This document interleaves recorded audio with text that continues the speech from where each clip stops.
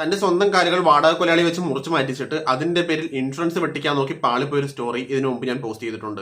ആ ഒരു വീഡിയോയുടെ ലിങ്ക് എന്തായാലും ഞാൻ താഴെ കൊടുത്തേക്കാം. അതേപോലെ സിമിലർ ആയിട്ടുള്ള മറ്റൊരു സംഭവം കൂടി ഉണ്ടായിരിക്കുകയാണ്. ഒരു യുവാവും അദ്ദേഹത്തിന്റെ സുഹൃത്തും കൂടി ചേർന്നിട്ട് ഒരു ഇൻഷുറൻസ് എടുക്കാനായിട്ട് തീരുമാനിക്കുകയാണ്. അതിനുശേഷം ഈ ഒരു ഇൻഷുറൻസ് ആരുടെ പേരിലാണോ അയാളുടെ കാലുകൾ മഞ്ഞിൽ പെട്ടിട്ട് ഒന്നും ചെയ്യാൻ പറ്റാത്ത അവസ്ഥയിലേക്ക് മാറുന്നു. ആ കാലുകൾ മുറിച്ചു മാറ്റുകയല്ലാതെ മറ്റൊരു വഴിയുമില്ല.